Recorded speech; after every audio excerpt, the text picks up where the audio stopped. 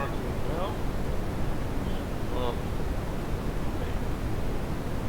let me know in the chat if you can hear me clear, please. I'll wait for a moment until there are more viewers. I don't prepare these live streams. I do them spontaneously. So those that arrive later in the live stream, they can just look it back afterwards. Okay.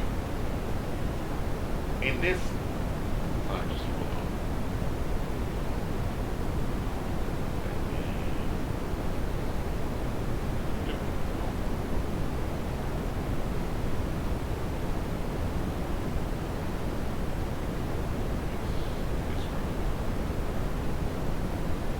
Anyway, in my previous live stream, I've spoken about various subjects, but it came down to being alert. I also told my subscribers that we as believers should never faint, because fainting implies that you don't walk in the power. And we are supposed to walk in the power. That's the purpose of you being a believer, that you ought to walk in the power. So, in this live stream, those that join later, I want to talk about a specific effect that the world rulers are using on us, the human population. I say world rulers because those are the honest humans that work through their human selves. Humans out of humans themselves out those entities. So this effect is something that's been observed by many folks. That's been observed by sociologists, anthropologists. I'm into anthropology, sociology. Those are my fields because I'm part of the social sciences.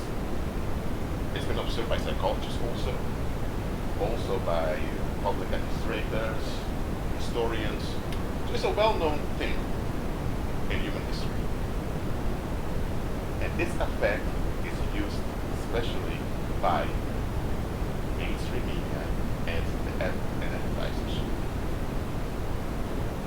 This effect is it's kind of a hypnotism that you don't notice. You don't notice hypnotism anyway. You don't. Nevertheless, you are aware, so aware that something is happening when you're hypnotized. You don't have this when black magic is used on you. Because there's one thing you need to understand. Being hypnotized versus hold on a minute, someone is saying that there's static in this video. Hold on.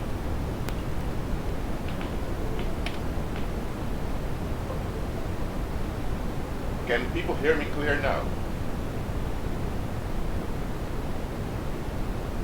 Please let me know if you can hear me clearly. Hold on. Hold on a minute.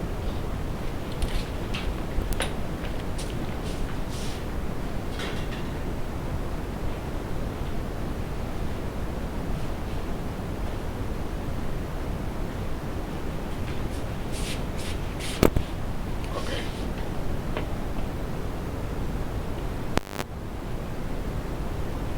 I believe the settings are. Before I continue with this live stream, let me know if you can hear me. I probably will continue teaching within 5 minutes, but I want you, viewers, to tell me if you can hear and see things clearly. Thank you.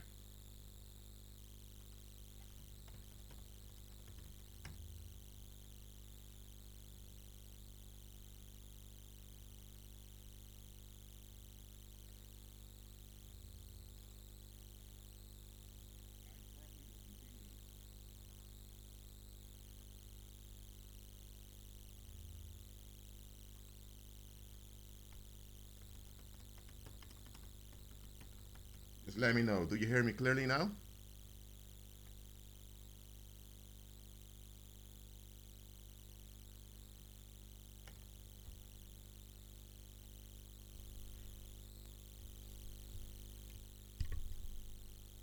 Let's see.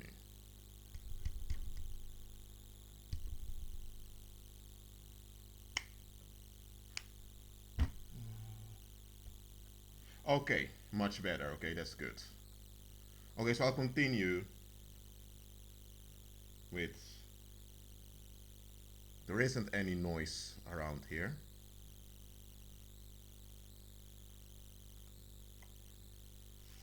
Now let me close the window.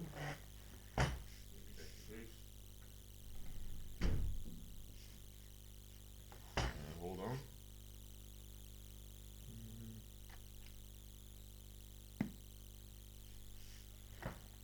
Okay.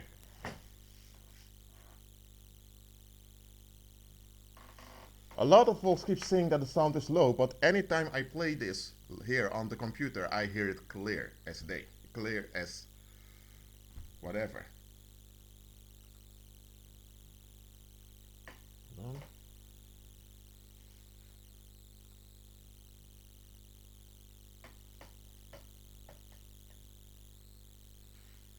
Let's see.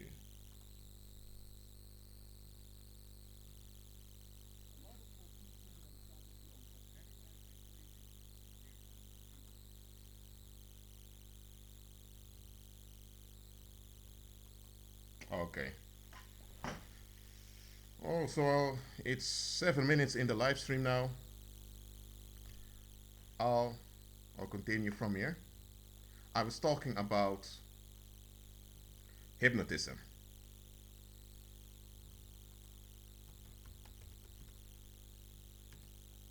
That will be the subject I'm going to discuss now.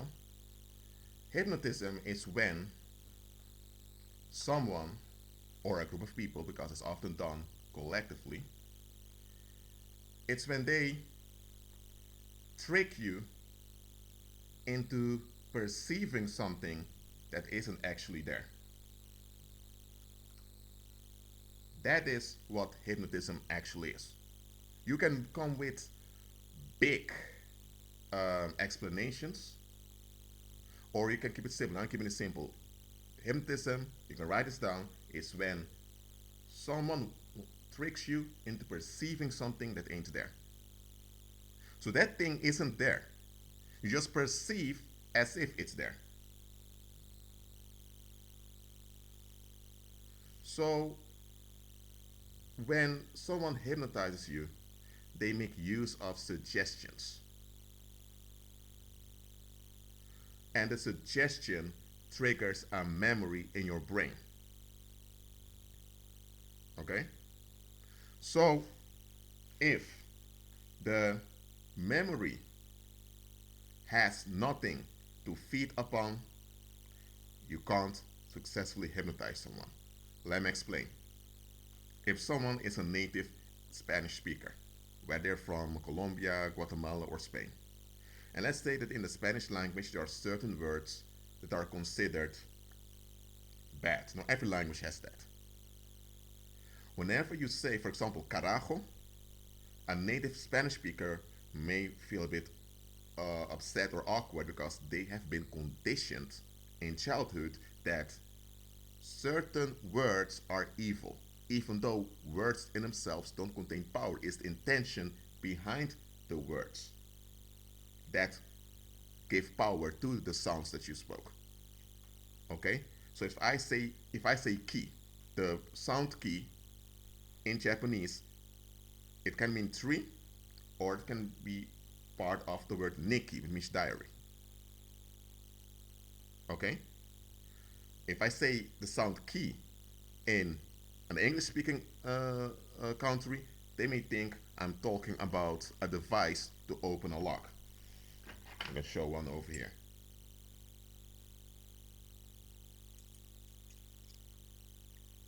So the sound itself has no power in it. It's the intention behind it. So about the example of the native Spanish speaker, if he is upset because someone uses the word carajo, of carajo, then you can use this program to hypnotize him. Hypnotism works well when there is a conditioning that precedes it. If there is no conditioning that precedes it, and you try to hypnotize someone, it's not going to work. If someone is from a culture where people are very open about their natural sexuality, well, sexuality is natural, but you get what I'm saying. You need to say natural these days because people, well, okay, you get what I'm saying.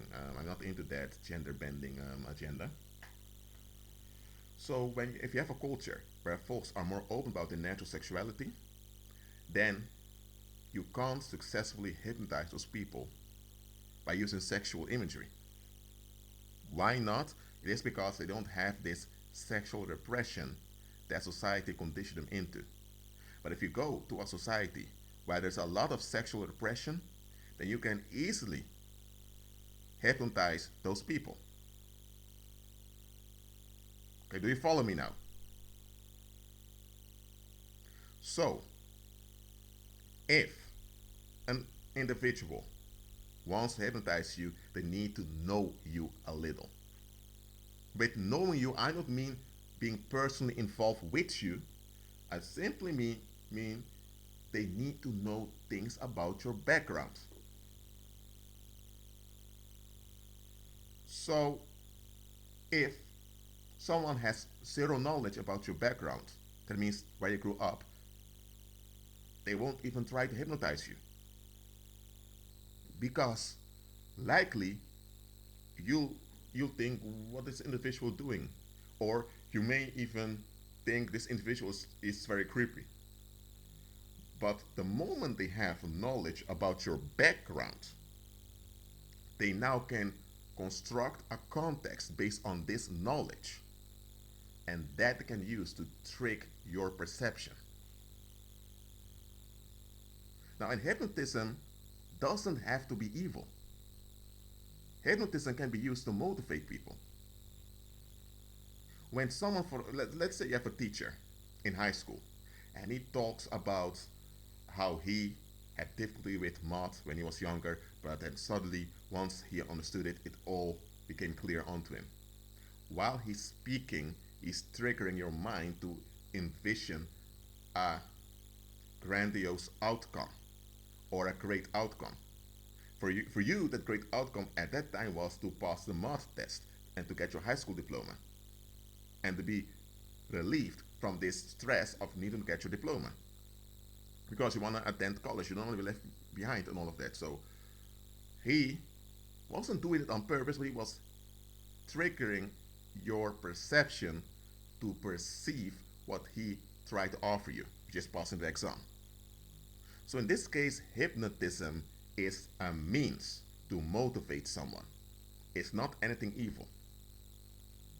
Okay? But hypnotism and what I call the hook effect. I'm going to call the hook effect now because what is a hook? A hook is something that you're stuck at. Okay? If you have an angle and you're out there to fish, you have a hook and you put bait on the hook. So when the fish comes and sees the bait and puts it in its mouth, it's hooked. It's trapped.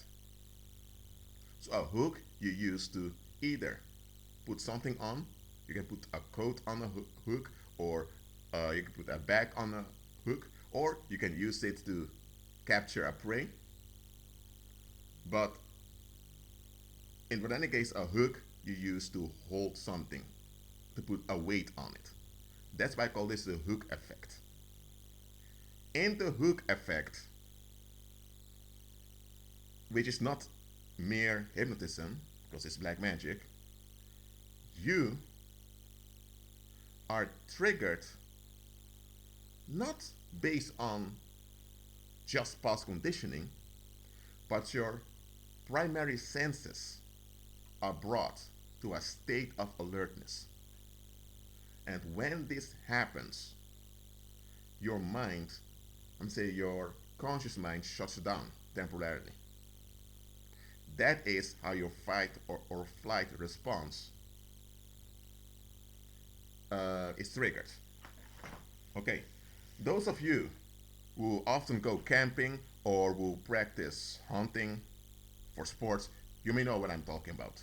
Or if you're into, let's say, extreme sports, you understand this. Your fight or flight response is the natural mechanism of your body to keep your body out of bodily harm. So if you're on your bicycle, just enjoying your day, and your brain picks up a big sound from the left, automatically the brain sends signals to your eyes to to look to the right. And if your brain sees that there's a truck or a vehicle coming, immediately um, adrenaline is pushed, is rushed through your body, and all the bodily energies go through towards your hands and your feet and towards your lungs. Towards your lungs because you need to breathe harder to get more oxygen. And once you have more oxygen, you can now use that oxygen in your muscles. Why? So that you can get out of the situation. You get what I'm saying here? So that's your flight and or flight response of your body. It's not fear. Okay, it's just your natural it's just a natural response. For example, you put your hand on a stove, which you shouldn't do, but let's say you put your hand on a stove and it's quite hot. What's going to happen? You have a reflex in your body that pulls it back. Your body has a natural reflex built into it. That's how God designed it to keep you away from bodily harm. Okay? Now you also have a spirit alarm inside of you as a spirit being. That's where your gut feeling comes from, which is not physical, but it works out in a physical way. Okay? Now, those that rule the world and those that exploit human population, they need to shut down your critical thinking. They need to shut down your natural alarm. As I call them, it's your natural resistance towards things that aren't safe. They need to shut that down so you would comply with the system. Okay? But they can't come to you, put a device in your head, like a chip or whatever. First of all, you wouldn't allow that to happen, you would resist it. They can't do that and program you from some supercomputer. They show that in movies, but that's science fiction. Yeah, that's science fiction. I'm not saying supercomputers don't exist, but they tend to exaggerate their abilities. So what do they do? Because they before computers existed, this is how they did it. They trigger your flight or fight response, but at the same time, they also trigger your sexual, let me say, your sexual senses. They do those at the same time. So now you may think, oh shit, why would they do that? Why would they trigger both your fight or flight response and your sexual senses? Why would they do that? Because first things first, your sexual senses and your fight or flight response are both part of the nervous system of your body, but they're not meant to be active at the same time. Your flight or fight responses only should only be active when there's actual physical danger around, and that's why you get that adrenaline rush for you to take action. And remember, when you have that adrenaline rush, physical physical strength is removed from your intestines and from your other organs, also from certain parts of your brain, and they're relocated towards the your limbs that are and your lungs, which are necessary for survival in that moment. Your sexual senses are meant to be active in a relaxed state, a state of relaxation. Okay? So your brain is not designed to both process sexual information as well as danger at the same time. because because your sexual senses should not operate in a dangerous situation to begin with. Okay? So, when they trigger your fight or flight response, and they also trigger your sexual senses, what happens now is that the brain is overwhelmed by data that suggests that there is life because your sexual senses relates to life. Okay? But at the same time, your brain also receives images or words that trigger it into anxiety. So what happens now is that the body is anxious and parts of the prefrontal cortex are shut down, so you can't think clearly. And now you also have those sexual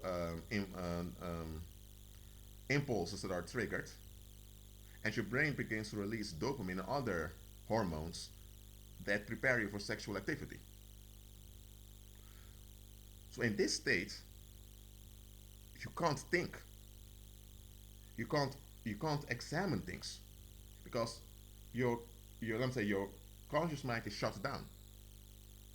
But you're also in this bonding state because when your sexual senses are active, you're in this bonding state to bond with someone.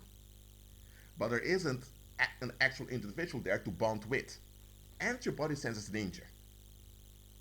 So what happens now is in this state, which may last only for a few seconds, it doesn't last that long, you are completely open to receive any type of suggestion in your mind. This is a I would call it a soul hack. You have been hacked on that moment, and while you're hacked, all the other data comes in. And after this um, weird sensation is over, because it doesn't last for long, the body goes back to the natural state. You now have received data in your mind that probably shouldn't have received. Now you're not aware that you received this data. So when you continue in your daily life, what happens is that the data that has been implanted in your mind begins to work out, and you're not aware of it. You don't remember receiving this information, but because it came to you in a triggered anxious state, and you were distracted by the sexual impulses, because you can't remember that, you think it's you. Because that's the trick with the hook effect. You're supposed to think it's you. You're supposed to think that that desire or that longing comes from you naturally. Even though it doesn't come from you naturally, it has been implanted in you. Okay? Now before I continue, I want to I want to know if everything is clear till now. Okay, so I'm going to check the comment section now. Let me see. Yes, okay.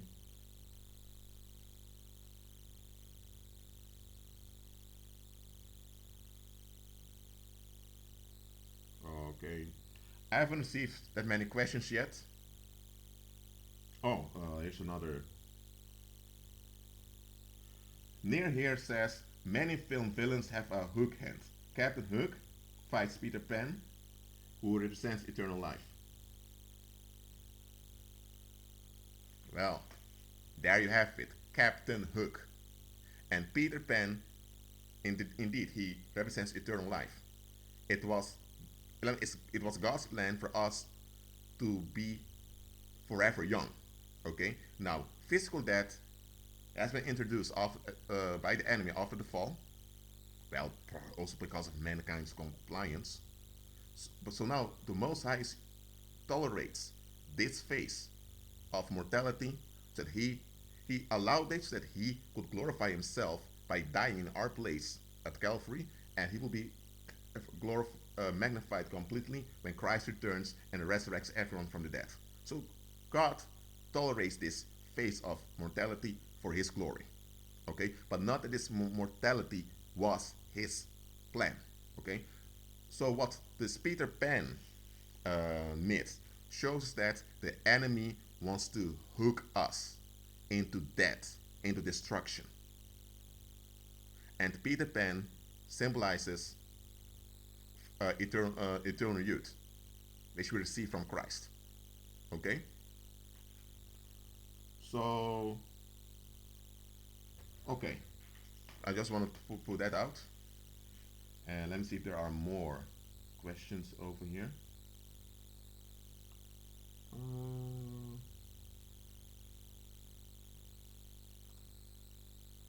Uh, let me see. Okay. So let me give some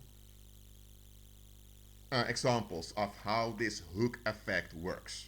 Okay? In my videos, I often give parables because I want to give you examples how it works out in daily life. I don't just come and say something and you have to figure out what I said. That's what a lot of pagan professors do. They do this because they are proud.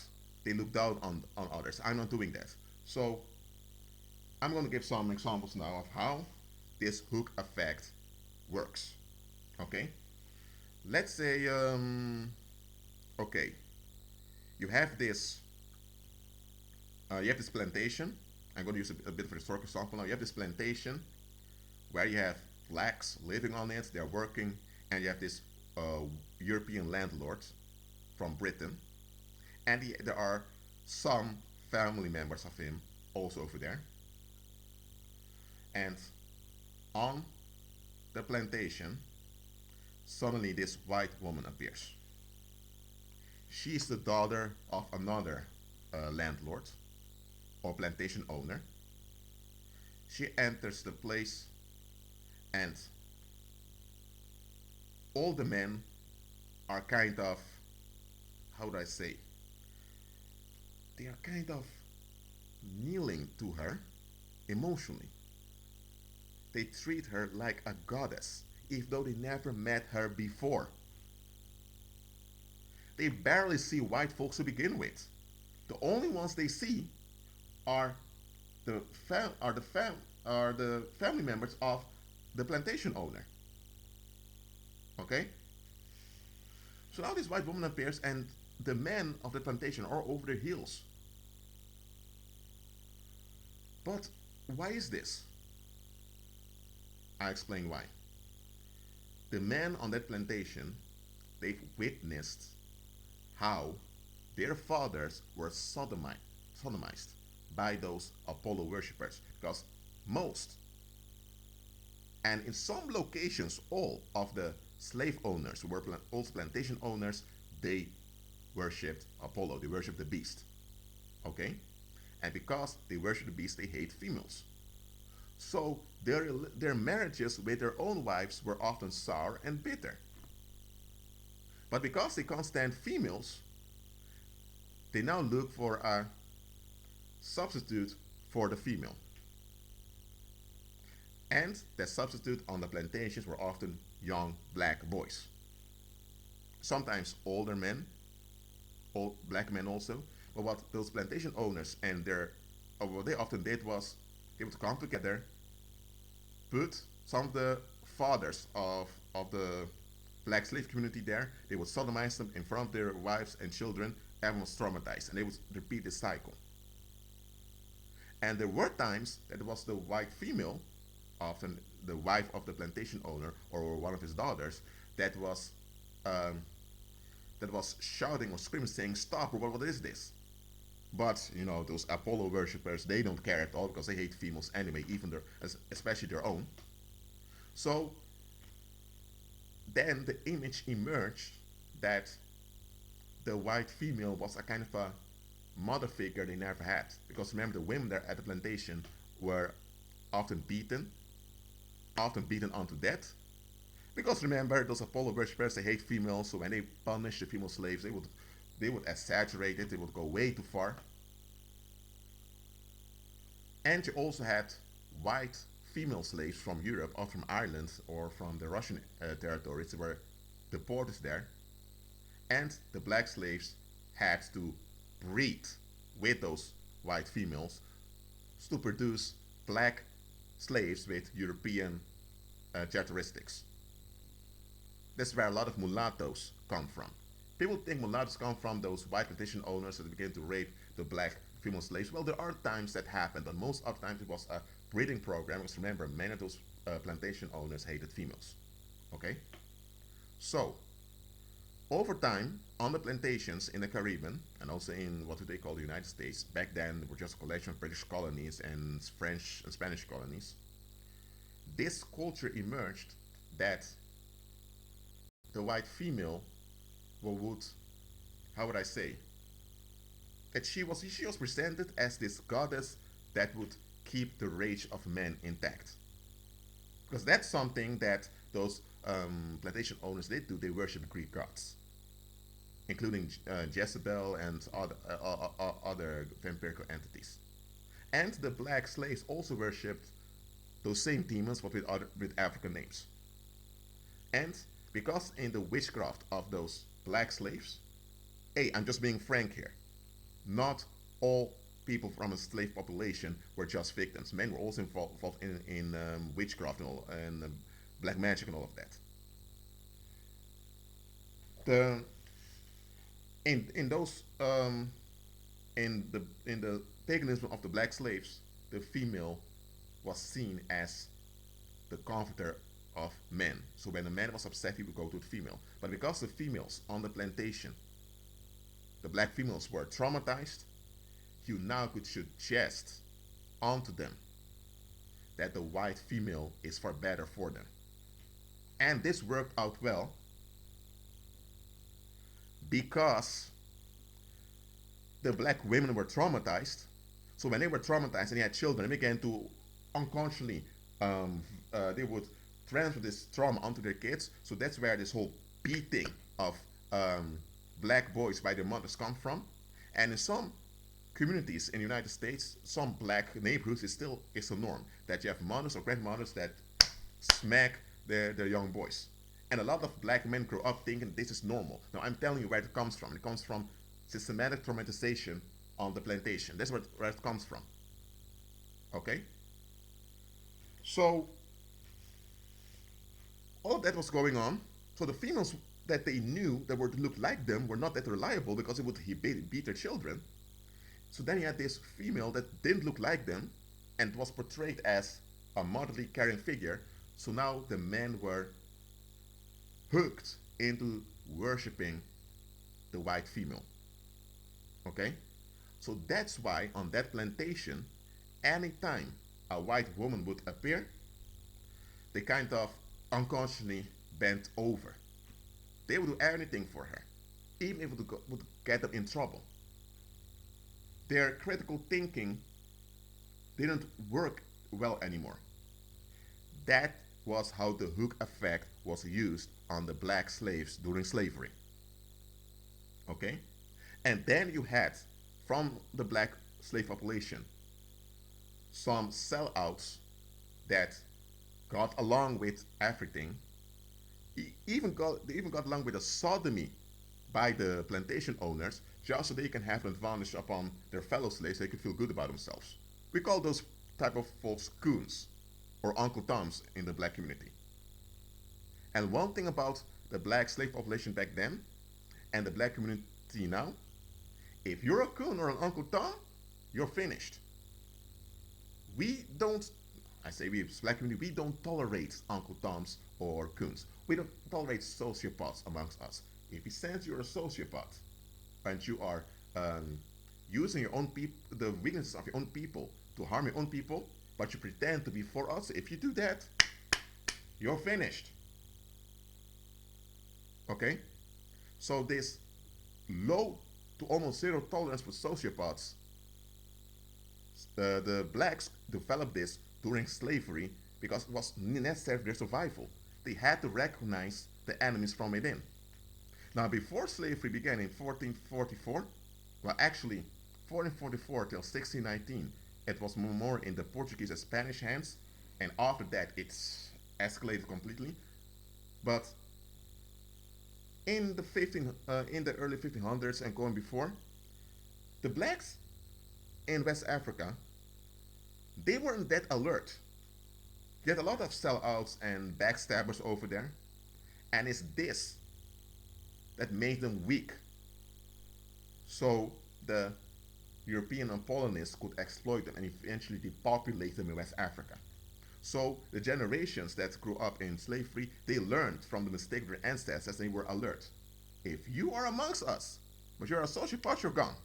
Okay? So the hook effect did work when it came to the white female, but when it came to their own trying to do the same thing, it was over. Okay? So that was one way the hook effect was used, and it's still kind of effective today. And in some places in the black community, it even became so that many of the many of the black females develop self-hatred towards how they look as black females. So now they want to become white. And this is how the Apollo worshippers enforced white supremacy. Because they had to break down the mind of the black female. Because the black female is the one giving birth to the black people. And she's the one nurturing black people also. So if the black female is traumatized because she hates herself, because she's not like that quote unquote white woman over there, sooner or later this will work out in how she treats her children, and then her daughters will develop the same complex, and that's how it went on and on. And now, because this trauma by this hook effect of slavery is still lingering in the black community, you have pagan business owners who are aware of it, and now they're using it to hook black females into another trap, and that is that they need to look white. That's why weaves, that's why bleaching your skin, that's why making your hair blonde and all of that. That's why all those things are so popular amongst many black women. It is because you have the historical trauma that hasn't been processed. They were hooked into that. Now you have another hook that's supposed to relieve them or improve them. If though they don't need any improvements, they're fine as they are because they're black as the Lord created them. But now they need to become like the other, the white female, for them to be happy. Now look, I may have taken a while now to explain how this hook effect were used on the black slave population. I've taken my time to explain this because now you will understand the issues blacks face today. It didn't just happen out of the blue. Yes, after Jim Crow, things got worse, but things only got worse after Jim Crow because there were a lot of historical traumas that were not processed properly yet. Okay? So, okay, let me look at the comments. Patterson says, I heard they would put black women in charge of the black men to disrupt their cohesion. Well, that's all something that happened, but it happened more afterwards. And after the 1970s, this kind of became the norm through the promotion of feminism, and that's why you have a lot of broken black families today. Okay. Now, okay. So that's one way how the hook effect worked. Now I'm going to give another version, and maybe some of you are more familiar with this one. And it goes like this. In amongst Caucasians, not all Caucasians, or I say what they call white people, even biologically speaking, there are no such things as white people. We're just human beings. We're all niggers. Yes, I said it. We're all black genetically. We only have different shades of our skin color, and with certain shades, there are some deviations in our appearances, but we're all black genetically. So when I talk about Caucasian white people, I'm talking about that group of folks that don't have melanin in their body, or better in their skin, and they're mainly from Europe. Okay, I'm talking about those folks.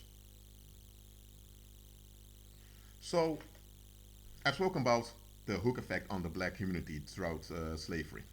In in Europe and in the English and Dutch and Scandinavian colonies, there was another thing happening.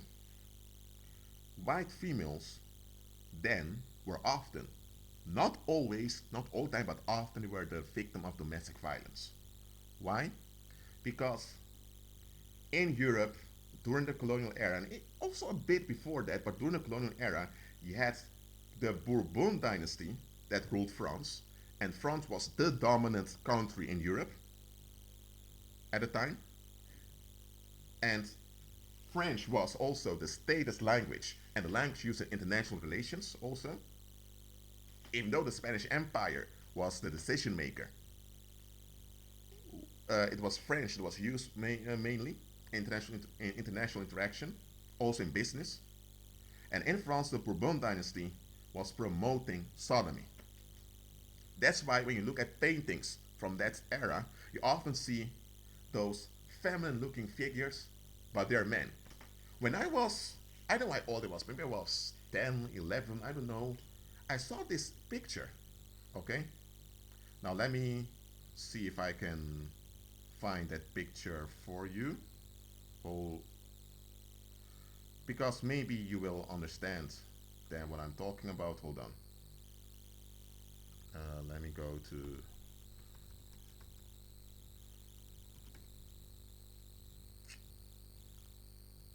No, not this one. Okay. Just hold on. When I was. Well, let me go. Yes, you can see it clearly here. When I was when I was quite little, I saw this painting. I knew it was a painting, and I thought, who's that woman? But then I read somewhere on the internet it was the King of France, and I was thinking, why is he dressed so feminine? But then I began to look at other images of kings and important people of the time, and they would wear wigs or they would wear feminine clothes. I was thinking, what is that? At the time, I didn't really bother with it because I was thinking it's quite weird. But that's what the Bourbon dynasty was doing. This king, by the way, Louis the 14th of France, he was called the Sun King, refers to Apollo. So all worship the beast. And he had very bad relationships with the females in his life, so I'm not going deeply into that. But, okay, where is that? Okay, here it is. So, during that time, the Bourbon dynasty was promoting sodomy. And France was in a mess, but they didn't care. They didn't really govern France. Instead of governing France, the king, together with his nobles, the governors, what did they do? They would have those sodomite orgy parties where the king would bend over and others would get into him, and sometimes he would do that with others. And they would do this then in Paris, then in Lyon, then in Nantes, then in Nice. So they would go all over the country doing such things, but the people were thinking they're here to govern, doing important things. But they weren't doing anything important, they were just conducting sodomite rituals to pollute society. And this became the norm for men to be dressed as drag queens. It was a norm. So, and with the Enlightenment period came this model of a man that is separate from females, but he has the female characteristics. So a drag queen with a man that takes over feminine characteristics, that was the model. And he had to be white, of course, because it's white supremacy, to worship the beast. So that was being promoted. So the white woman was being disgraced by the culture back then. Now, on a local scale, amongst farmers, of course they value their women, their daughters, their wives, their grandmothers, and all of that.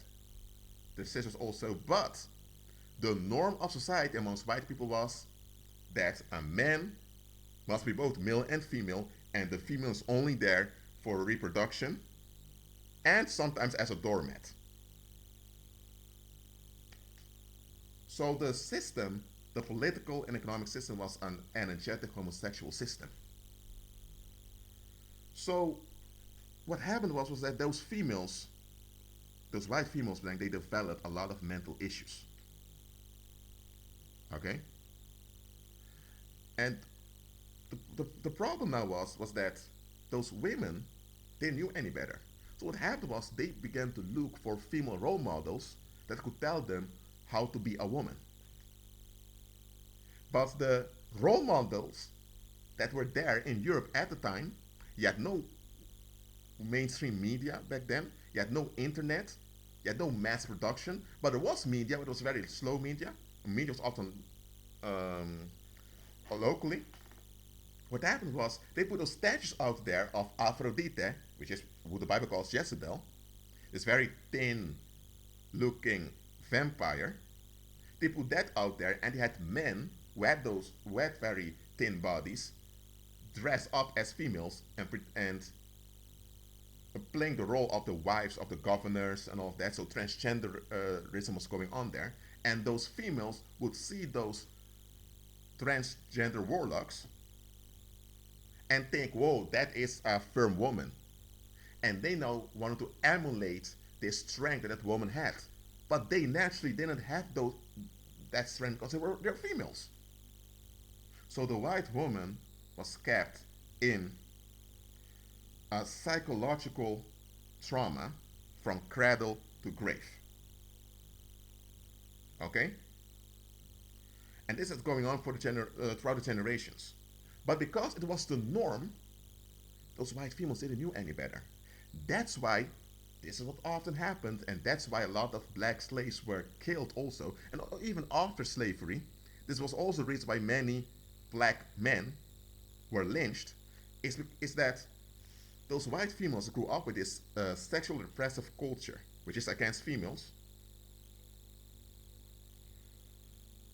They saw black men treating their wives, mothers, and daughters better. Yes, there was trauma amongst the blacks, don't get me wrong, but they had a more natural, um, caring attitude towards the women in their community. Okay? So when the white females saw that, whether during slavery or briefly afterwards, their natural instincts were thinking, yes, finally, I can be me. I can be a female. I'm at ease. So that's why a lot of females began to run away from their white husbands or white boyfriends and end up with black men who treated them a bit more in a natural way. But when that happened, this exposed the facts of this energetic homosexual system that white folks were worshipping. So they didn't want the effects of this to become visible because in their minds back then, and some still think this way, I don't know why, but they thought we have the ultimate, we have the ultimate, we have the ultimate development. We worship Apollo. We are white. Our men are both male and female. We are superior. So the females ought to bow, bend over and get along because they can't think. But when those white females got with black men who treat them as human as and who even invested in them, I'm not just talking about sexual interaction, just invested in them, emotion, all of that, man, those white females never wanted to go back.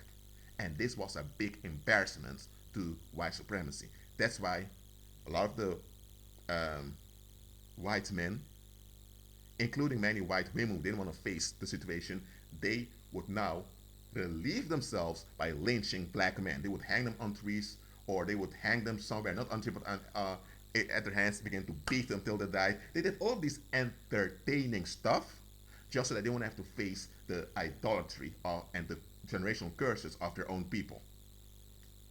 And after the Second World War, when many of the white women had enough, and there were so many whites killed one another during the Second World War.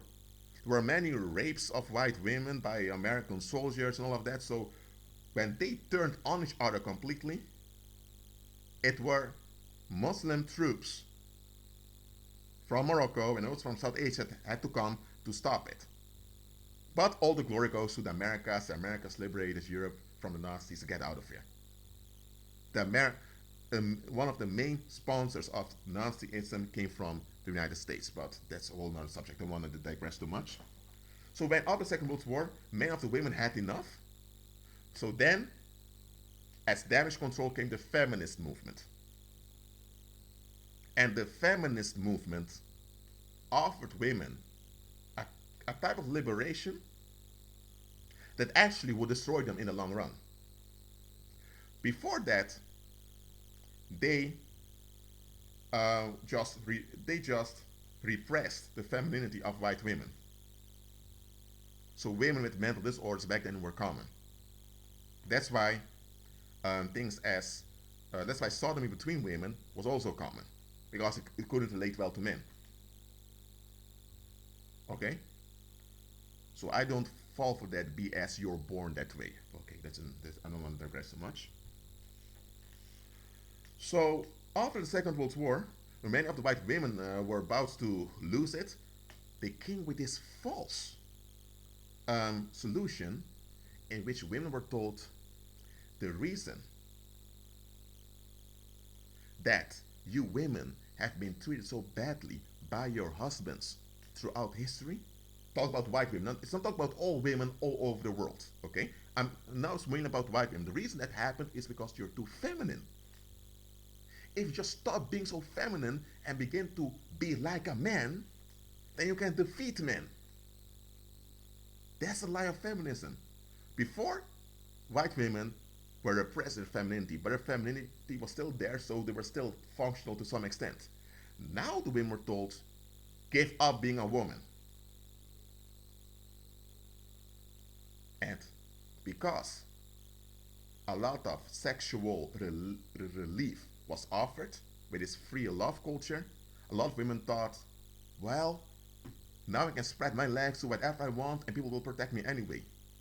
Not realizing that by following this BS of free sex, women would make themselves extra vulnerable to predators. And by doing that, the family structures were broken down. Many women became unattractive to their men.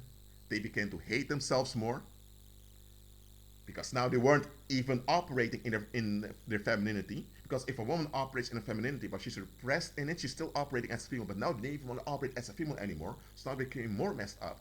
Some even want to become men by becoming trans men, transgendered men. And that's why a lot of women end up supporting sodomy. Now, why do a lot of women, especially white women, support sodomy? Even though it goes against their own best interest. It is because they've been conditioned to hate themselves. They've been conditioned to think that you as a female, you are defect. You are a burden. The world's better off without you. Such bad thinking is programmed into white females. And feminism tells them, okay, you are a burden, you are a weak, you're a piece of trash, but here's the solution. Stop being a woman and you're a biological woman and be like a man. Then it's all over. Well, that's why a lot of those women promote sodomy because they feel comfortable in promoting that dysfunction because they are dysfunctional themselves. Because no woman that uses her natural senses would promote nor support sodomy because they would realize, hold on a minute. If we promote this, we're actually saying that we women aren't necessary. Then actually, we are going against ourselves because we as women, we are designed by the Most High to transmit male energy. That's our specialization. So the moment we promote sodomy, we're actually telling the men we don't need us. Now, if we tell the men that they don't need us, why would they value us? Why would we support something against ourselves? But it is because they've been conditioned throughout the generations to reject their own femininity that now they embrace they embrace an identity as defect males. And that's why a lot of white women operate as defect males. They are not males, they are females, but they operate as defect males. That's why you have a lot of white women, college girls, or women in college, and they love to drink, drink, and drink. Now, hear this. This drinking, drinking, drinking is a male thing. It's an effeminate male thing that defect men used to do in ancient Greece and also in fraternities. But now you have a lot of women doing the same, so they're operating as defect men. Okay, because that's what happened in ancient Greece and also in the Greek fraternities that were introduced in the 19th century. Those men were effeminate, so they didn't want to actually operate as men. So they would drink a lot, way too much, and then they would begin to rape or sexually molest the weaker men around them. But now, in the in the fraternity and sorority culture, it became like this that a lot of women, because they wanted to be approved by society, they forfeited operating their femininity, and now they are operating as those de facto homosexual men. And from time to time, you will have some of those men that will take advantage of them. Okay, that's why sexual assault on campuses and universities are so rampant. Okay, so this hook effect goes far deeper than people think. Okay, let me pause for a moment and check the comments. Okay. Okay. Okay, about the rabbit symbol. The rabbit symbol refers to, let me go here.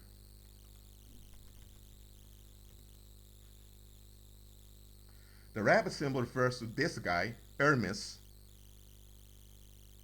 also called Mercurius in Latin.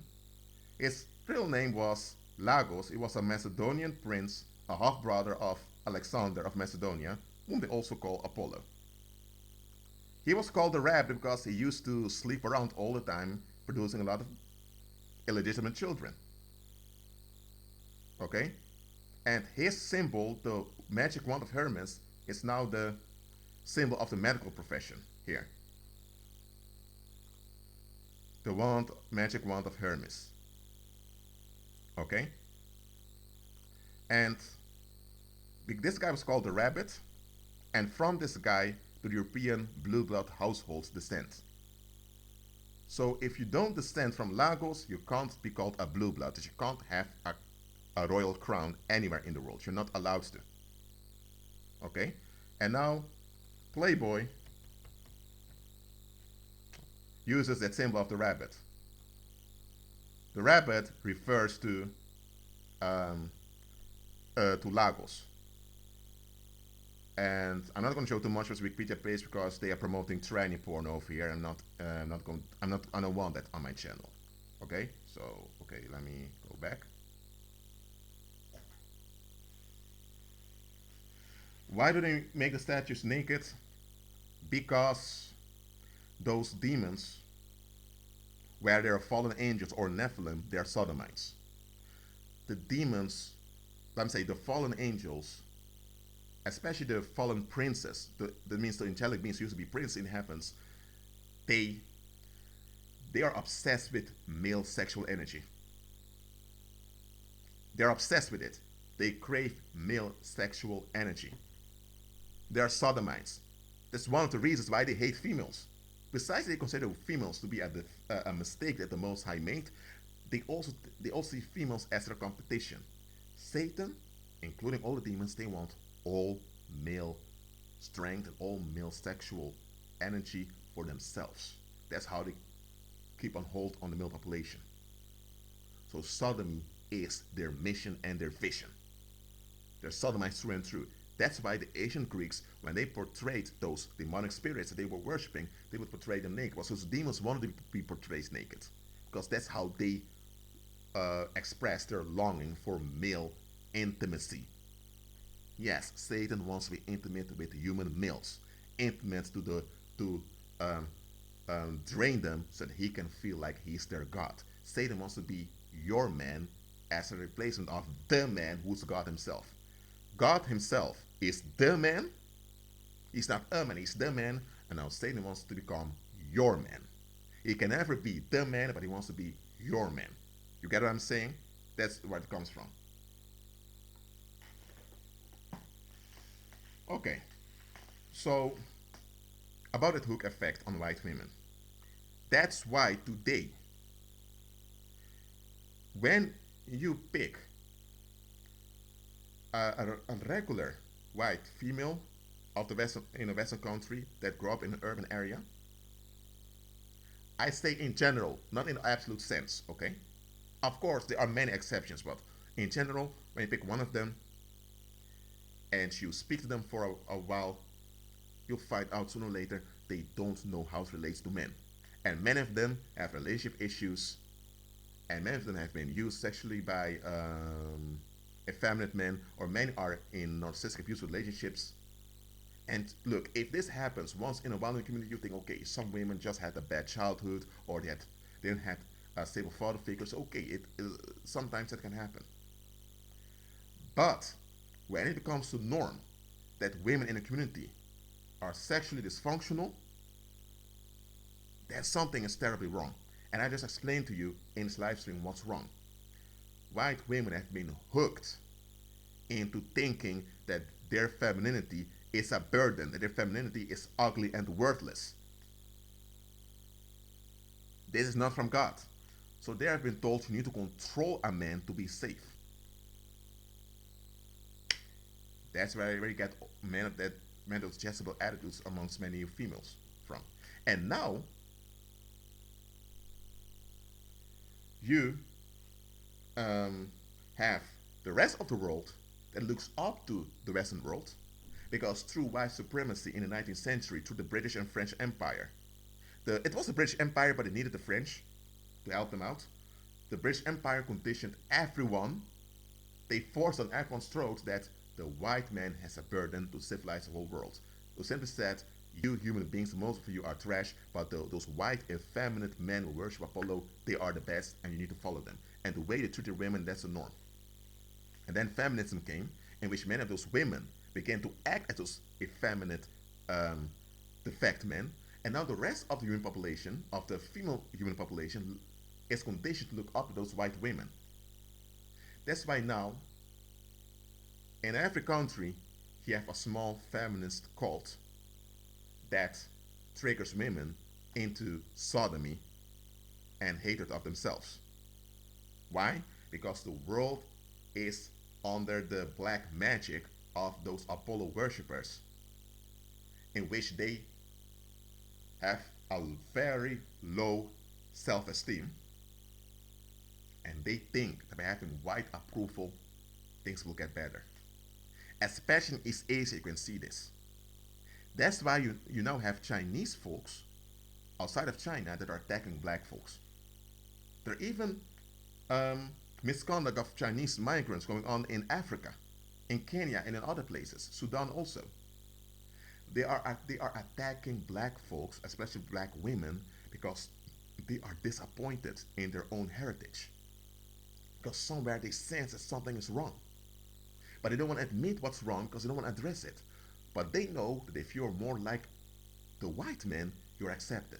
And the black man or black female was considered the opposite is trash.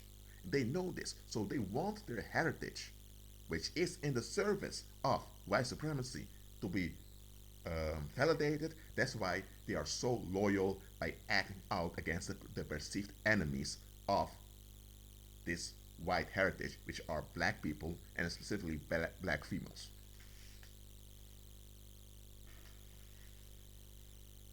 So East Asians, that means Chinese folks, Koreans, Japanese, Taiwanese, Mongolian folks, they have been triggered by this. They've been hooked, better said, to look down on themselves, and if necessary, you take it out on black folks to get acceptance. Now, there are many East Asians that don't agree with this. They don't want anything to do with any of this, but that's the general norm. And I'm an anthropologist, I see such stuff. Now, that doesn't mean that blacks are automatically the target of racism in such places. I've been to South Korea, I've been to Japan multiple times. There are black folks over there, don't get me wrong, especially in Japan. In Korea, a bit less. But when it comes down to it, when there is societal dissatisfaction, you better watch out. Because they are conditioned to think when things go wrong, we have that backup still. And East Asians are far more Apollonian than Europeans and or white folks in general. They are more fanatic in Apollo worship than others here. Did you know that the Nazi Party learned much of their abusive tactics um, from the United States and how they treated black folks. But even the Nazis said, we're not going that far as you guys are going because this is too bad. Okay? And now look at this. In East Asia, they are far more dedicated than the Americas and than the United States and Europe in this white supremacist thing. There are many white folks who don't want to face this white supremacist thing because they they know what did to them. Think of the Second World War when when whites turned on each other. But in East Asia, they're deep into it. They're deeply hooked onto the beast. So if you're black or you have a darker skin color, beware of that. I'm not saying that it will always be like this, of course, until Christ will return, but until Christ returns, this will play a role, especially in East Asia. Okay? So, now I'm going to check the comments, and if you have any questions, please ask them. Okay?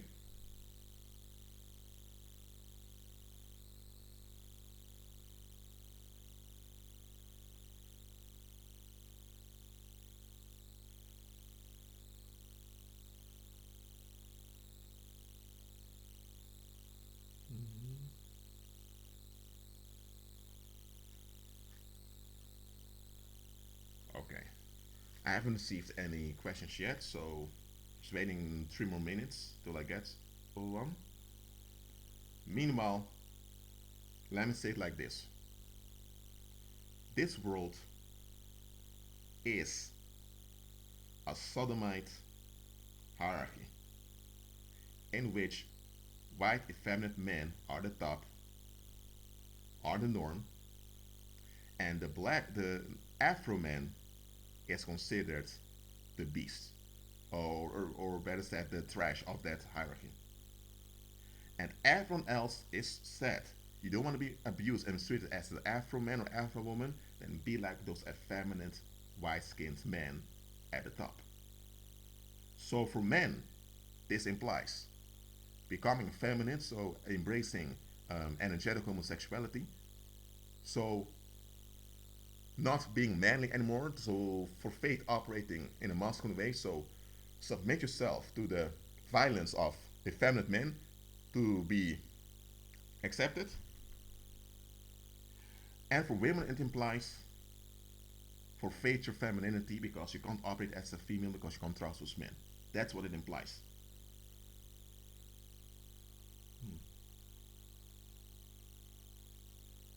So that's what the world is.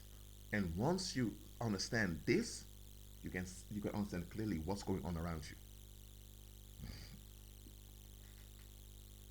you. Okay.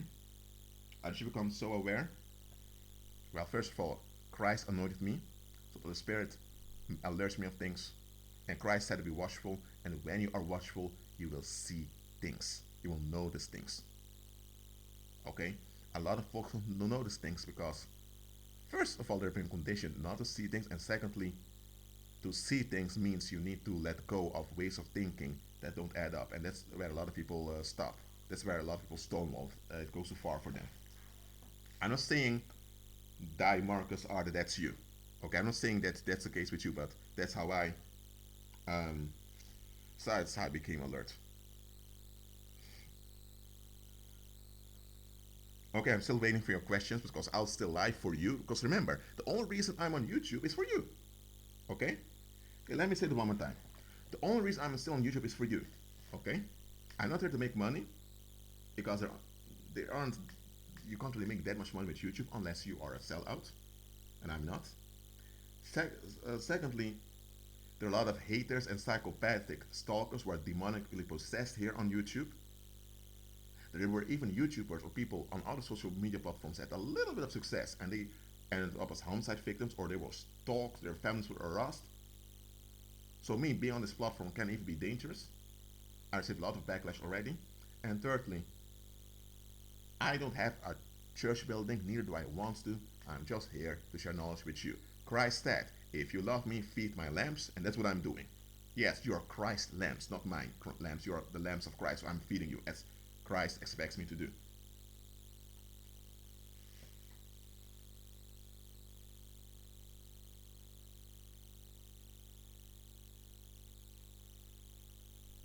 Hmm.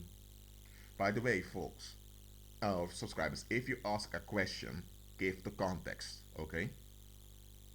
Because YouTube has its algorithm automatically blocks some questions that may be considered offensive, whatever.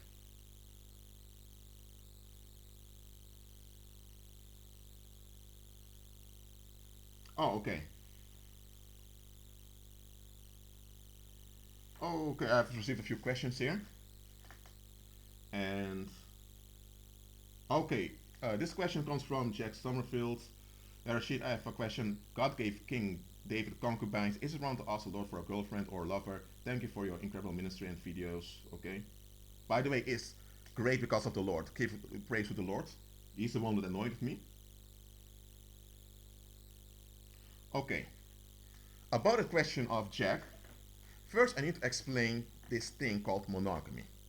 Okay, I'm not going into the deep history of it because, look, I don't expect many of you to have deep historical knowledge. Okay, that you can make all the connections. That's why I'm gonna keep it simple onto you. The Most High created Adam as his reflection. Adam, who was an Afro man, was God's reflection. Okay, for Adam, he made the female. Okay, Eve. They had to procreate on the earth. Why didn't the Most High give them more than one female? It is because the Most High wanted it to be a partnership. Okay? And Adam was not born a baby, but he was like a child. Seriously. And he had to discover everything. So is the Most High going to burden him with with a crowd of females? No. He received one, Eve. Okay? They had babies and it moved on. They had the time of Noah, a little bit further when the fallen angels began to do their dirty crap. Then you had the flood coming. Then Noah's children reproduced again. And this is what happened afterwards. Okay? To keep the human population growing and to keep the population stable, it was the norm that a man that had wealth was required, not just allowed, he was required to take care of the women without a man. Okay? So polygamy, when a man has multiple wives, was a tool to secure the population growth of the community. And what happened was the women that often outnumbered the men, because in this world, for some weird reason, I know the reason, but often men die earlier than the women. So often women outnumber the men. So the women that had no men would be part of uh, a polygamous marriage in which they would have children and were taken care of and they were part of a household. Okay? So that was polygamy. There were very tiny occasions when a woman had multiple men, but it was more of the greed of the men because they didn't want to lose their territory, and so that never was beneficial. Okay. So God's design for marriage is that a man who is his reflection, because males are made in the image of God, or we are God's reflection, we ought to be mature spirit. We have to be operative as separate spirit beings, not separate from the I'm saying from the other human beings. I mean, you can never be separated from the Most High. That's not possible because He contains heaven and earth. So a human male has to operate in his natural autonomy, and in his natural autonomy, he's active, economically active, and, and economic active doesn't have to be that he has a 9 to 5 job. It can be that he has his own farm or that he is active in the community. So he's active, and he now receives a vessel, which is the female, to invest his male fierceness into. Emotionally, mentally, physically, that's a sexual part. That's a that's a sexual intercourse. And out of that union, you would have children, but also the female then would reach her purpose with its transmitting and softening male energy on the earth. And if a man is able, and if he's also in and supported by the community, because you can't do anything on your own, then he could have more than one wife. Okay? That's the thing about polygamy. That's why King David and there were other men who were anointed by the Most High had multiple wives.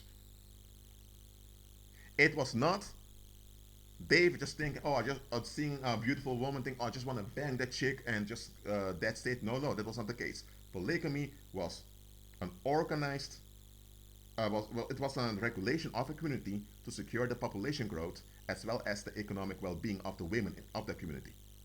And only the men who were responsible were allowed to have more than one wife. And men are biologically wired to be able to, as they say, spread their seed and to donate a lot of male strength and male attention, often male non-sexual attention, to other females. That's natural. Okay, so based on this natural dynamic, you had polygamous societies, and polygamy was the norm. Okay, now if a man only had one wife, it was fine. But if you had wealth, we would expect, okay, let's say Jack lived a few centuries back and he had wealth, they would begin to think, Jack, you have all this silver and gold with your castle, and there are many of those peasant girls out there who are a bit poor. So, Jack, you know what to do. So it was kind of the expectation that you had more than one wife, if you were wealthy. But then you had this thing called monogamy that came up, and monogamy isn't just a man's thing only with one wife. Okay, that's what people think monogamy is. No, monogamy goes much further than that. Monogamy has to do with the wedlock.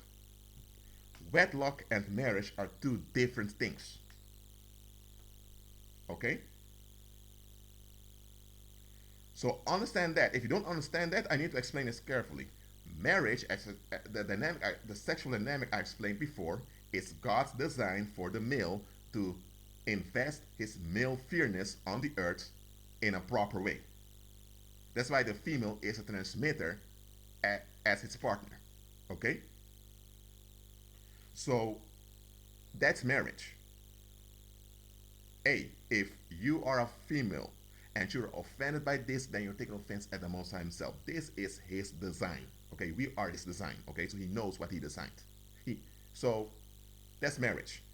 Wedlock is when the political leaders wants to bind the men to the system. So they don't want the men to be men, because this is how it goes with God's sexual design. The males have this urge to have a vessel or vessels for their male strength. God's all okay with it because God's designed in that way, but God wants them to do it his way so that the community benefits and he is glorified. And when they do it God's way, they are not harmed also. Because that's the thing sometimes with men. If they give in too much to their male fierceness or their sexual urges, they can lose their minds. And they can do things they later regret. So, your male fierceness, which serves as a reflection of God's own fierceness, is meant to be transmitted by females. But not just any female, okay? Not all females deserve access to you as a man. Okay? So for all the men that are watching this live stream, I'm addressing you directly. Not all females deserve access to your male energy. Because your male energy is your life source. It's your physical as well as your spirit energy that you emit as a spirit being. Because you are a spirit being with a soul living in a body. Okay? And you emit spirit energy out of you. This is the spirit. That's what you emit. Just like the Most High Himself emits power and strength out of Him. Because remember, men, you are God's reflection. But you also have physical energy, which is magnetic, electric energy, which you also emit from your body. And you are a vulnerable creature, as the Most High intended. Okay? So as a vulnerable creature, you got to be careful who receives your life source. So that's why God doesn't want men to just go out there and just sleep with anyone, because your life source is your life source. It's like this. It's not. It's what comes from your being that you are giving to someone, and you should just do it just like that, because the other can abuse it or misuse it. So, because the Most High doesn't want male energy to be exploited, misused, that's why He wants all men to submit unto Him, who's the man, and then in a with God as the object of their service, they now relate to their wives. Whether it's just one wife, which is quite common today, or multiple wives as the Lord provides, that's it. Okay? That's marriage. And out of this compliance with Christ, not only do you have children, you have families, but you also have elders. Okay? And elders are the ones that manage the relationships in the community. The Most High never intended for us to have governments. What we ought to have are men who want females, emotionally, sexually, mentally, that's fine. We do it we trust God, therefore we do it His way. Many only get one wife, maybe some more, I don't know. Then you have children, you have families, and the men that become a bit older, they become the guardians of that community. They become the guardians of the females also. That's God's plan. And in God's plan, women benefit because they're taken care of all the time for free. But feminism tells women, no, no, no, no. You get things for free, you little brat. Who do you think you are? So you need to work for it. Just like those men are working hard, except you need to work also. That's how you are an empowered woman, the independent female. No, when women comply with Christ, they are taken care of for free. Okay? What else do you want? So, marriage, that's what marriage is. It's not that piece of paper you receive from Caesar, the covenant represents Caesar, that you need to ask permission from that devil worshipper. Why do you go to that devil worshipper to, in the first place, to get permission concerning your sexuality? He didn't design you. So why do you go to him to ask permission on how to use your sexuality? What is this? But people do it. You get permission from the devil worshipper, uh, who represents the beast, and then you sign the paper. You also go to a church or religious ceremony. You enact the ceremony together with friends and relatives as witnesses, and then you are quote unquote married. That's what the world calls marriage, but that's wedlock. Okay? That's what a wedlock is. Wedlock is Satan wanting to lock you so that he can get intimacy with you. That's what wedlock is. It has nothing to do with marriage, but we confuse wedlock with marriage. Okay? So, in wedlock, you are hooked. So this monogamy thing couldn't work that much in ancient times because people knew that nature shows otherwise. Okay? But now, you have this monogamy thing and you have romanticism. People want to be romantic. And in romanticism, you look for one individual to meet all your needs and you're at ease all the time. That does not exist. But many of the females, especially Caucasian females, have been brainwashed into this because they felt they were smacked down for generations already. Their femininity was suppressed. Then they were told they had to perfect the femininity. And then they were told that femininity that you've lost, you have to find it in a man. You need to find a man that's effeminate, that has this soft, feminine quality with him. Then you're at home and then you're good. So look at this scam. Caucasian women were smacked down, um, and their femininity was repressed. Then they were told your femininity is wrong, and now they have this loss because it can't function naturally. And then they tell you you need to find the right guy. When you find the right guy, it's all going to be right. But that right guy does not exist because a man is not a female. A man has no femininity because he's a man. He may act in an effeminate manner, which is him operating as the fact male, but he has no femininity. The woman has. So the woman has to operate in her femininity. But now a lot of women, though this romantic BS that Hollywood and Disney has been promoting so much, they now expect a man to make them feel like a woman. Does anyone remember that song? You make me feel like a natural woman. When you think about that lyric, no woman should sing this. Because a woman is natural. She's a woman. Who would sing something like that? Fake women. Trannies would sing like that. So that's a tranny song. But that's how a lot of women think. They need to find a man to make them feel like a woman. First of all, a man can never feel like a woman because he's a man. The only one who can feel like a woman is you because you're the female. So this monogamy thing, combined with this romantic crap, binds men to the state because the women want validation of society, and society is run by devil worshippers through the government. So now as a man, you're told if you want to have a wife, you need to submit. You need to be romantic. You need to be this and that. You shouldn't be a beta boy. You need to be a demand receive all these expectations. And they said if you do that and give in, you have a happy life. And what often happens, it doesn't happen. Now you have couples out there, because they're more in sync with how Christ assigns them, they're at ease, despite the unnecessary weight of that wedlock curse. Because the wedlock is a curse that you agree with on yourself. You get this?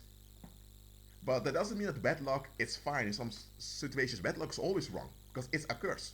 You should never bind yourself to another. As a man, it comes back to men now. Men, you should never bind yourself through an oath to another man.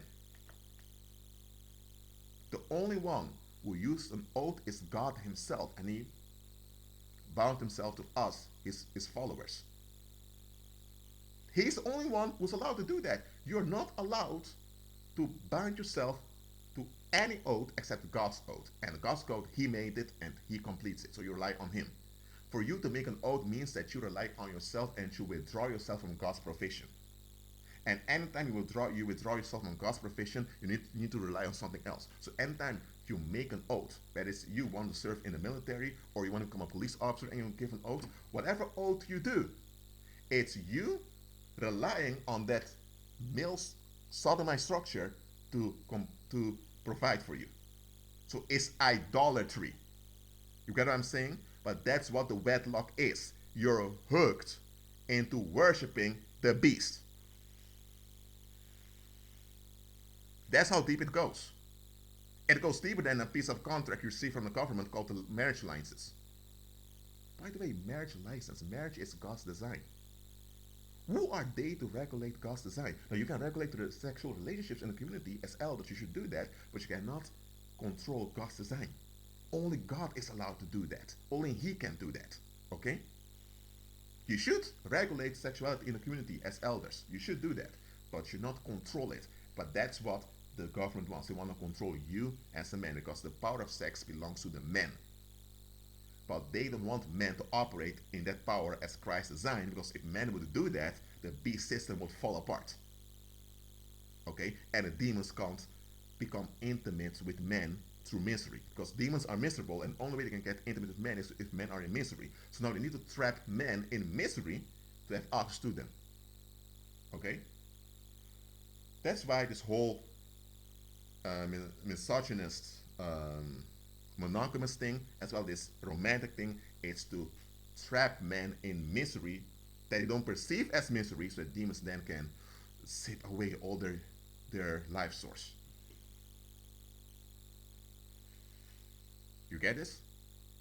Look, I know, Jack, that you didn't ask for this whole explanation of monogamy, but I gave answer to your question and also explained this so that people will understand the context of it. Because this monogamy thing combined with romanticism, that's the downfall of what you can consider over the Western world. And that's why blacks, both during slavery and afterwards, we kept polygamy going. Of course, there were relationships with where a man only had one wife. You always have that, but we kept that option of polygamy going, even though the Western powers wanted to stop it worldwide. Why? Because they hoped to control men. That's what it's all about. So, now I also explained the hook effect of monogamy. Okay, let me look at more questions over here. Okay, okay, I have another question here from near here. What's the main difference between the operation of Jezebel and Asymmetry in terms of relationships or manipulation males and females? Okay,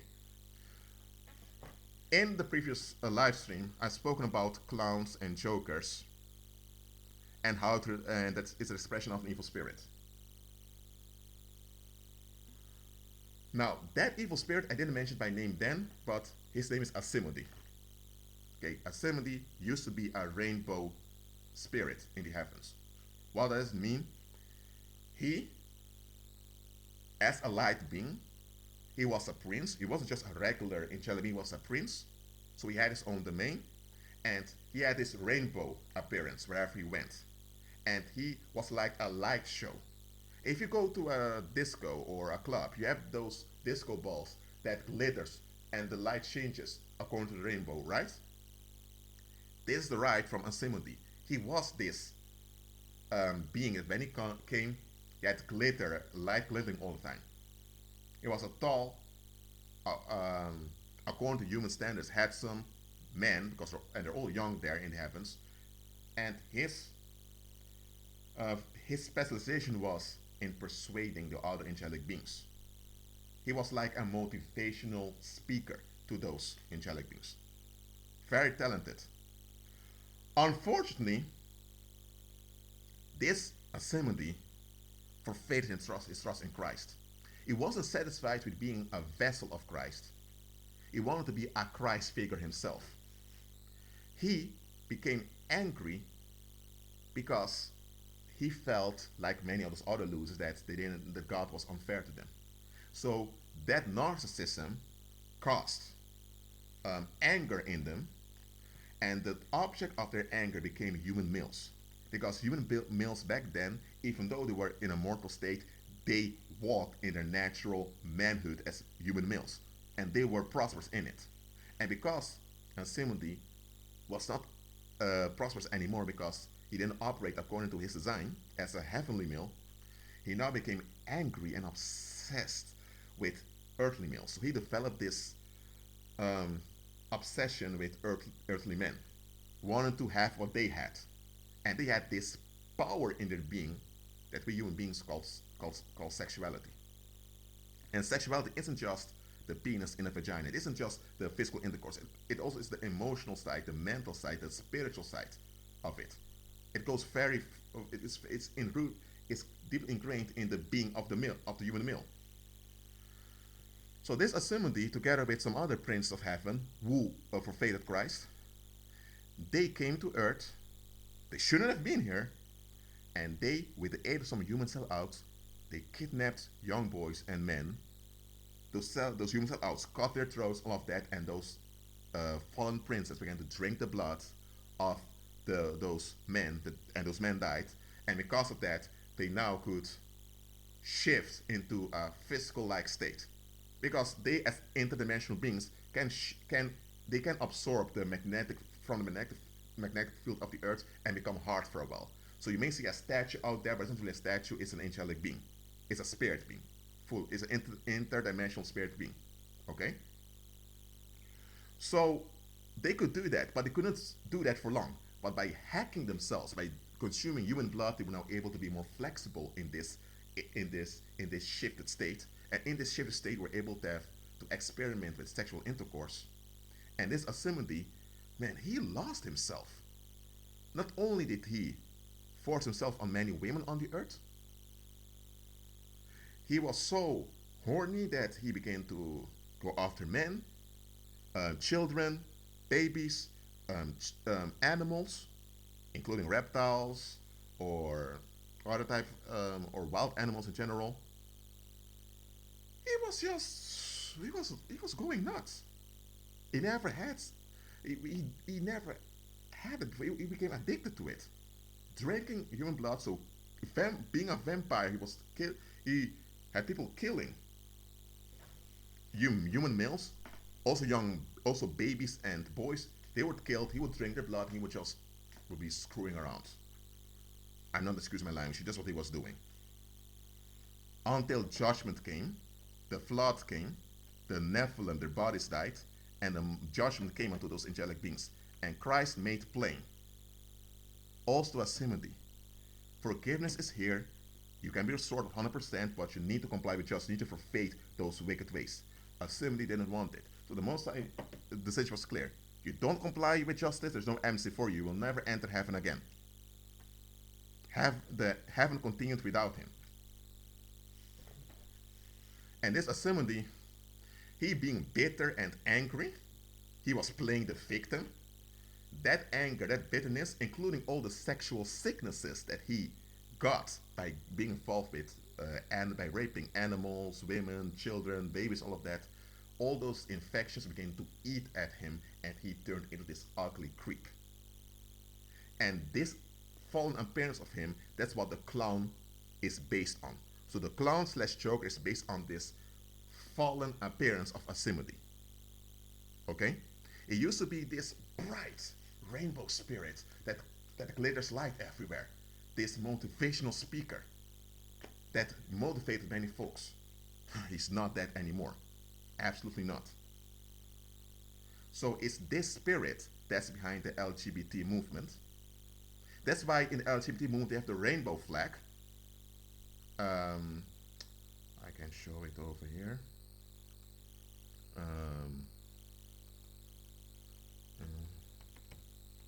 That's why they use the rainbow flag, because where does the rainbow flag, what does it refer to? It doesn't refer to the rainbow out there. It refers onto Asimede. So when the wizards introduced this rainbow flag, they were recruiting people to become Asimede's people. Because remember, Asimede used to be a prince in the heavens, okay? Similar to what we would call like a king over here, because Christ is the King of Kings and Lord of Lords. He was a king slash lord in the heavens. He's not that anymore. And many of the men, because the heavens only have men in them, many of the men in his domain made plain, we don't want you as a leader anymore because you go against the Heavenly Father. You go against the Father, we don't want you. So now, this entity has another domain, which is this community over here. And I'm not going to show any image of this entity because I'm not going to give him too much attention, but I needed to explain this to you. Okay? So, about, that was the question exactly of near here. Okay, so this Asimede is now floating around. He's a sodomite because he feeds off of male energy. He used to drink male blood, eat male flesh of human males, also where the males were babies or old men. He used to do that. So he's can't say cannibalistic because human beings aren't his kind, but I'm going to call it for now, it's a cannibalistic sodomite. That's what he is. Child molester, pedophile also, that's what a sodomy is. He's just floating around the earth, praising all people that adhere to his flag. That's what he's doing. And he attacks everyone. He personally attacks everyone with his he has his demons that work for him. They attack anyone that go against that rainbow flag community. That's why when you say anything about that rainbow flag community, you're under attack. That's why. About about how would I say about Jezebel. Jezebel is just it's not a fallen angel. She because the heavens only have males. She is a Nephilim that was killed by the Greek people after she was messing around killing men over there. And her specialty is to trick women out of their femininity. Okay? As Simone focuses on men, said men would become effeminate and rely on other men. You get what I'm saying? That's the difference.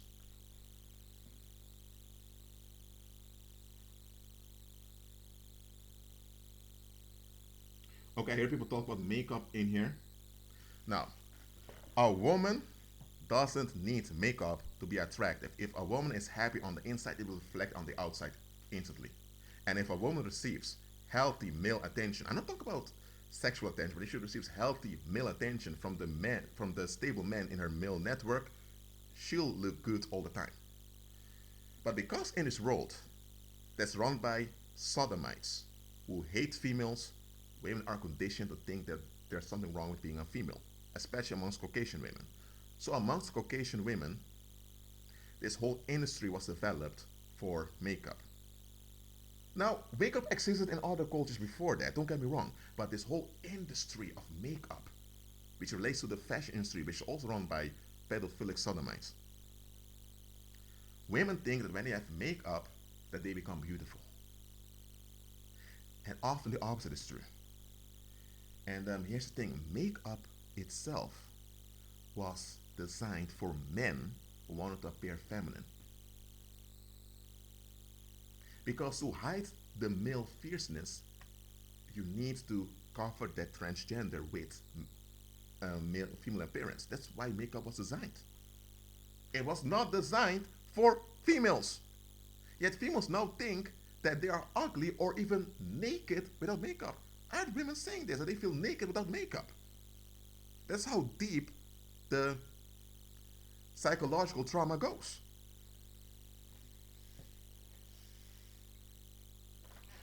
Now, someone asked, if I still use makeup or theatrical looks, does it make me automatically a channel for narcissistic entities? No, absolutely not. But if you wear the makeup or theatrical looks because you hope to get some validation out of it, or you think that you need it, if your relationship to it is wrong, then automatically you attract evil spirits. It's all about the mind.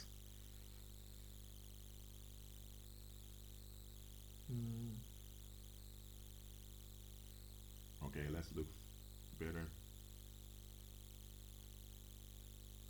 Is glam rock, emo goth, and androgynous looks in music and subculture related to those demons and idols you are talking about? Yes. Sure. Someone asked, so believers who operate in God's design should not get married on paper also. Now look, Christ said we wives as servants, innocent as doves, right? You're in this world. You're not of it, but you're in it.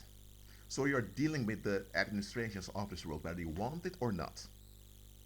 Now, if you, and I'm talking to the men now, because males are designed to be the leaders. If you, men, if you have your wife, you're operating Christ's anointing, and you realize it can be beneficial for you to register it on paper in case of taxation and all of that.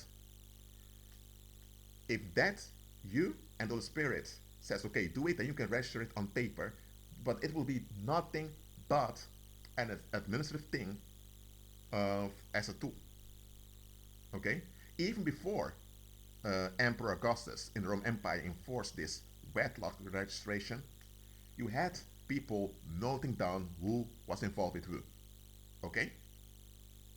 But it's not that paper that's the marriage. The marriage is your alignment with Christ to operate in your masculinity as he intended. As a female, that the marriage is your alignment with Christ to operate in your femininity as he designed. That's the marriage.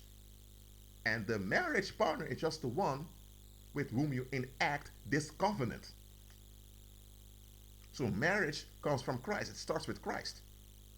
The moment you believe in that piece of paper, that's idolatry. And I already explained that piece of paper is designed to trap the men. That's what it's about. You can't marry on paper. That's not even spiritually possible. You can register on paper that you are in a marriage relationship with someone else. You can do that, but you can't marry on paper. Okay? And as you all know, that ring on a woman's finger, it comes from the Germanic tribes. Before the Roman Empire, even during it, men would often kidnap women from other villages as ransom, and often they were allowed to stay with those women, and the women would receive a ring, a charmed ring on their finger that a warlock made so that the woman would never run away from that man. That's where the ring on the finger comes from. So many of the practices concerning what we call marriage, or it's not even marriage, it has to do with the wedlock. So use the right term, wedlock. Many of those wedlock stuff that we do, we think is biblical, but it's not. Wedlock itself is not even biblical. So how can anything related to wedlock ever be something blessed?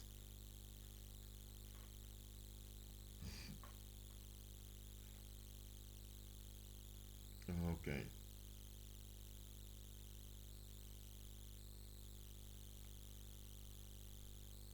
Let me look at. Okay, by the way, are there any more questions that I need to address concerning this hook effect?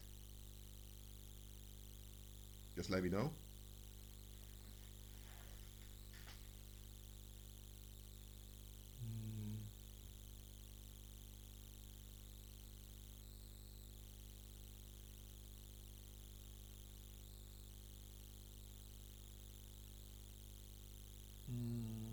Okay. Now look, about this hook effect, I explained before in the beginning of this live stream. It's about hacking your soul. That's what it comes down to.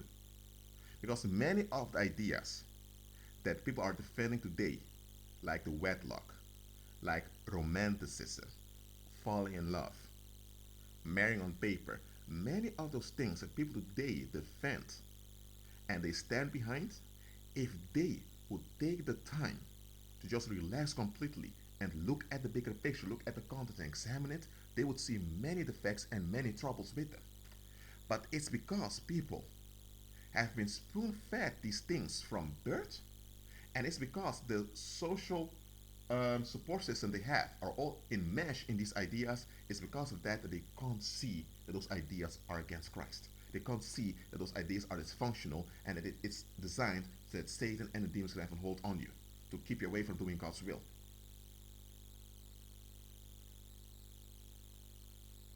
Okay? So when you say to someone that polygamy used to be the norm, they tend to be shocked, think, oh, that's sinful, this isn't that. No. But then when you say them in the Old Testament, there were men, there were polygamists, they would say, oh, well, but it was the Old Testament. They can't process it because church conditioned them in this romantic idea that's against Christ. Now, am I saying that every man out there should just jump taking multiple wives? No, no, no, I didn't say that. First of all, if you're living in the Western world, many of the women out there are not in the right mind. Being involved with one of them can be a challenge also, and sometimes can even be dangerous. For some men, it was it turned fatal. Okay? So I'm not saying take multiple women because you will deal with all those issues also. You get what I'm saying? So I'm not promoting men to lower the pants, just put their cock everywhere they want. I'm not promoting that. Absolutely not. What I'm saying is that you, men, and also women, your thinking about sexuality must be in line with Christ's design. Because marriage is an expression of Christ's faithfulness. sexuality ought to reflect the strength of the man, and the man reflects God's strength. Okay? So, a man and woman operating in their natural sexuality as Christ intended it, that's a powerful force on the earth. And that's a powerful force demons have trouble draining. A man operating in his natural sexuality, oh, demons are they're very frightened of that. Demons know you have to be active sexually as a man, or else there's no offspring, so there are no other human beings for them to save energy from. But they want you to be in a repressed sexual state, so you can't do God's will. They made you think that human sexuality is just a man getting horny, putting his cock in a vagina, and that's it. That's what they made you think. And now they're even teaching children. Okay, sorry for me being so intense, but this goes way too far. Now they're even teaching children who shouldn't receive any sexual education whatsoever. It should develop naturally as God intended. Now they're teaching children that it's also good for a cock to go into the butt of another man. They're even giving how do I say? They're giving lessons about this in schools. And I'm thinking, what? Are you kidding me? So children are not who aren't even supposed to receive sex education at all. They can't process it. Now you're teaching them about sexual violence. Now you can't talk about natural sexuality in society because that subject is taboo. But you can't teach children about sodomy? Are you kidding me? That's how far it went. And this is why it came so far. Because many believers are just embarrassed of Christ. They're embarrassed of Him. And because they are embarrassed of Him, they don't dare to speak on His behalf, nor on behalf of His design. They can't explain polygamy and monogamy in a proper Christ-centered way. They can't explain all of that, because if they would try to explain it, well, society would turn on them. Especially now if they speak against that rainbow flag that represents a simile. So they have more reverence for a fallen angel who's now a cannibalistic, sodomite child molester. They have more reverence for him than they have for Christ's design. They're embarrassed of Christ. And because they are embarrassed of Christ, they don't operate nor defend His design. And now, because believers, many, not all, but because many believers are embarrassed of Christ, they're now stuck in those Babylon churches, the enemy can promote his filth unchallenged. And that has happened way too often. Too often.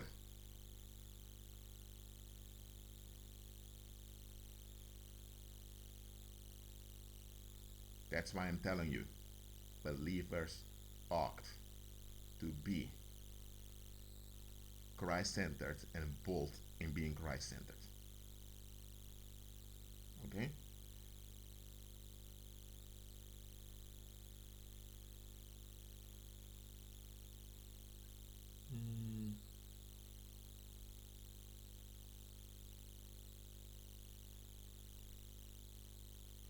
Okay, someone asked why did they build obelisks in ancient Egypt? Now, the worship of the male genitalia, the in its erected form, has been going on before the Greek Empire. But when the Greek Empire was established, it became the norm everywhere. That's why many of those churches and many of those government buildings they have points on top of them. Uh, they say often is to redirect lightning, and it may be the case on some buildings, but in general, it's to promote homosexuality. That's what it is.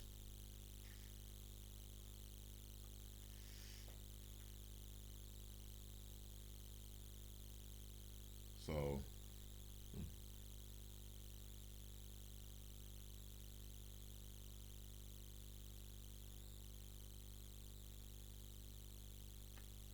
By the way, violence against evildoers is still violence. So it's still self-destructive.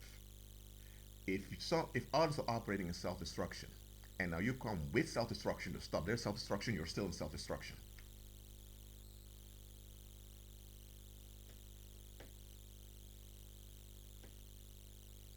So just remember that. That's why we overcome evil with good. We don't repay evil with evil. You can't overcome evil with evil. You overcome evil with good. Okay, and that's why you need to have understanding. And that's what a lot of folks lack, understanding. Let me look at the.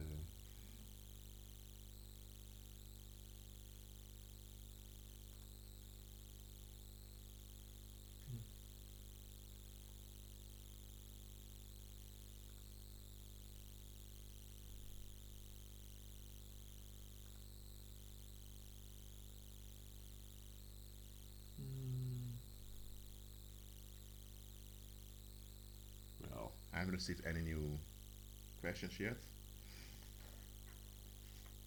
Okay, about duality. Um, Duality is, like you have natural duality. For example, you have above and below, which is natural, left and right. You have day and night, you have natural duality. But then you have occult duality, which is a mind trick that is used on you. Because people that aren't renewed in their mind, because they're not Christ centered, they think in opposites anyway. So they want to solidify this thinking in opposites. That's why, for example, you have the left versus the right, or the popularis versus the optimalis, like as it was in ancient Rome, and they appear to fight one another for the interest of the people. Today it's um, socialism versus capitalism, or communism versus, or Marxism versus liberalism, or whatever isms they use. And even within the groups, they also have duality. It's a mind trick. That's why you have those Babylon churches that promote violence against LGBT people, because then people are going to think, whoa, this is wrong. And then you have those who are against violence completely while they promote sodomy. It's for your mind to choose one of the two, but both of them are bad. But if you do this long enough, you'll only think that there are only two options. And in the United States of America, this happens in politics and in many other places. And when it comes to sexuality, they do exactly the same thing. Bad boy, um, good guys, um, bad girl, good girl. They use all these opposite thinking mechanisms to keep you away from aligning your mind with Christ.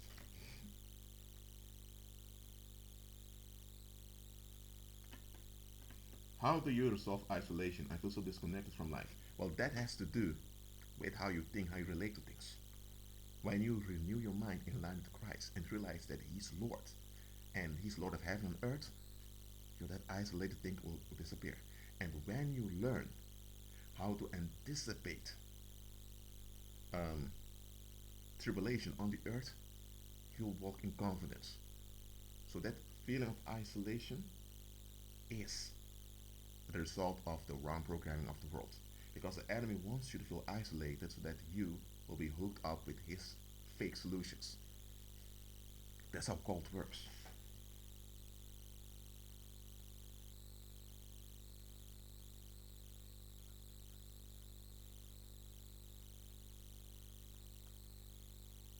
Okay.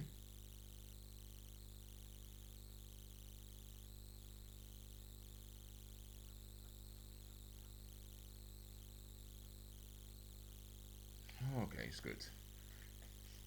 I've been here for 2 hours already. Are there any more questions from you? Just let me know.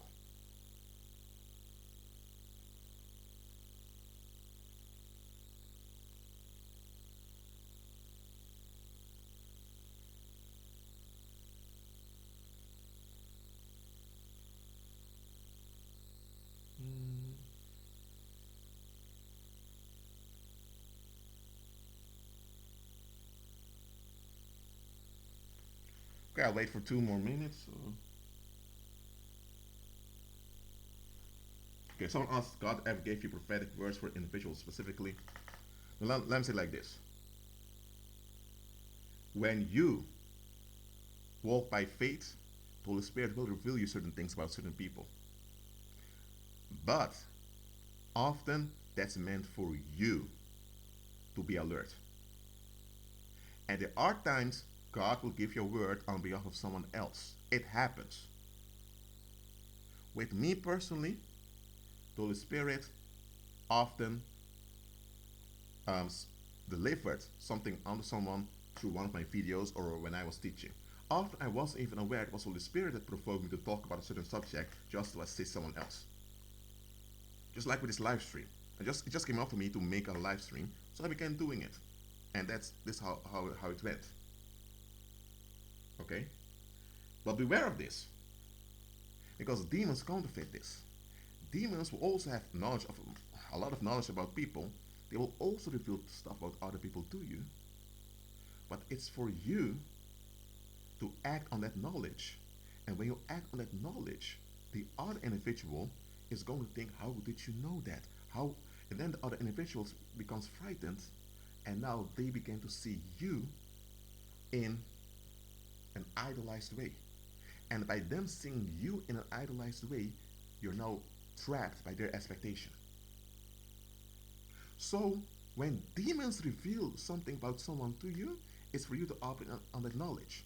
But why are demons doing that? Demons may even warn you about someone, saying, Fred, that individual is a narcissist or she has many abandonment issues. And demons will even provide evidence to you, because demons will back up what they say. But why are demons doing that? So that you, because once you act on that knowledge, it's going to have an effect on the one that the demon spoke about or about other people. And when you reveal why you act in a certain way, of course you're not going to reveal that it's from the spirit world. You may think it's from God, so you're not sharing that's from God, like a few things from God. What happens? People are going to notice the knowledge you have about other people without knowledge that you shouldn't have. And then people are going to think that you have something with you, that you have a special gift. The focus comes on you, and that focus on you is going to trap you, bind you, and choke you in the long run. Remember, demons never do anything for your long-term good. Everything they do on your behalf is to destroy you in the long run.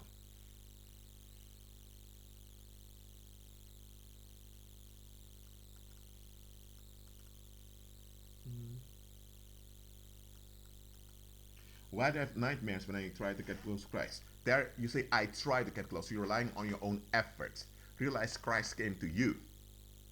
He is risen from the dead. He's at the right hand of the Father. But His Holy Spirit goes throughout the earth, seeing who wants to do God's will. So Christ is with you. Just embrace His presence. Once you embrace Him, there's no trying, no making effort from your own strength anymore. There will be effort, but the effort will come from His. The effort will come, but you will rely on His strength, not on your own. So stop trying and stop relying. Again, stop trying, start relying. And true, anytime you get close to Christ, there will be resistance.